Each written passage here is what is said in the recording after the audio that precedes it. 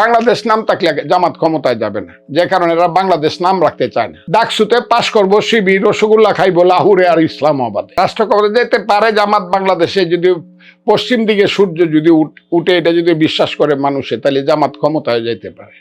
কিন্তু পৃথিবীতে পশ্চিম দিকে কোনোদিন সূর্য উঠবে না। পূবের সূর্য যদি পশ্চিম দিকে উঠে, তাইলে জামাত এই দেশে ক্ষমতায় যাবে।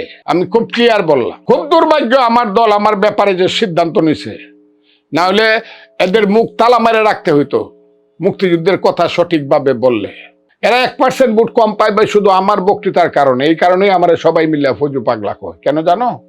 এদেরকে মানুষ দেখছিল সাদা পায়জামা পাঞ্জাবি, সাদা টুপি, সাদা দাড়ি, বাড়ি, ওলিয়ে কামেল। আমি এদের চেহারাগুলো আমি এক একটা করে পরিষ্কার করবো, কিন্তু ওলিয়ে কামেল এবং ধর্মের বোধহয় এরা বোধহয় আল্লাহ বোধহয় এদেরকে আমরা সেবা করার জন্য পাঠাইছে।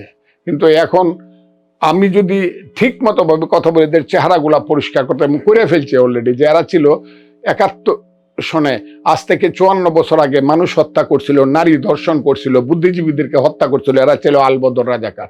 এদের নেতার নাম ছিল গোলাম আজম নিজামী। এটা শূন্য মানুষ কইছে, আর এরা তো খেতা গাউদা আছিল এতদিন, এখন তো খেতাটা খুলে ফেলছে। এদের চেহারাটা দেখলাম, এই কারণে 1% ভোট কমবে জামাতের, যত কথা যে বলুক। তবে বিএনপির ভিতরে মুক্তিযুদ্ধের সপক্ষের যে সঠিক লোকগুলো আছে, চোর না, ডাকাত না, চান্দাবাজ না, ধান্দাবাজ না, সেই সব লোককে কাজ করার সুযোগ দিতে হবে, নেতৃত্বে নেওয়ার সুযোগ দিতে হবে। আর এরা যদি ওই সাময়িকভাবে 60 দিনের জন্য বরখাস্ত, 90 দিনের জন্য বরখাস্ত করলাম, তাইলে তো হতেই পারে। তাহলে তো জামাতরা এই দেশে করবে। আমি তো জামাতকে চ্যালেঞ্জ করছি, কালকেও করছি একটা ইউটিউবে। কে নাকি বলে খুব সৎ জামাত, আমরা কি অসৎ? জামাতের কোন নেতা নাকি কুসৎ?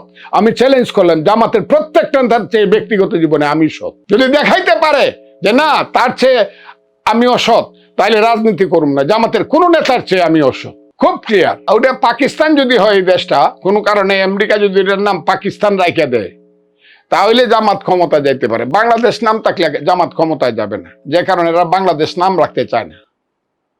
এরা বলে 71 ভুল ছিল, আমরা পূর্ব পাকিস্তান। পূর্ব পাকিস্তান হলে জামাত ক্ষমতায়, কিন্তু বাংলাদেশ নাম থাকলে ওরা যাইতে পারবে না। আর ফজলুর রহমানরা জীবিত থাকলে এরা মনে কষ্ট পাইতে পারে। এদেরকে একবারে হাত জোর করে মাপ চায়। যে অপরাধ করছে মুক্তিযোদ্ধাদের সাথে 5ই আগস্টের পরে এবং মুক্তিযুদ্ধের সাথে যে অপরাধ করছে, এইসব কথা বইলা যে যারা মুক্তিযুদ্ধ অস্ত্র হাতে করছিল তারা আল্লাহর কাছে মাপ চাও, এইসব কথা কয়ে যে অপরাধ করছে, সেই অপরাধের খেসারত তাদেরকে দিতেই হবে। আমরা বুঝে ফেলছি তাদের হাতে দেশ গেলে এই দেশ ডাকসুতে পাশ করবো শিবির, রসগোল্লা খাইবো লাহুরে আর ইসলামাবাদে। আমরা এটা বুঝে ফেলছি যে তোমাদের বড় সালসার বাড়ি এলো, জেডার বাড়ি এলো পাকিস্তান। ওই পাকিস্তানের উপপ্রধানমন্ত্রী বা পররাষ্ট্রমন্ত্রী এলে পরে জামাত মনে করে বড় চাচা অনেকদিন পরে বাড়িতে আইছে।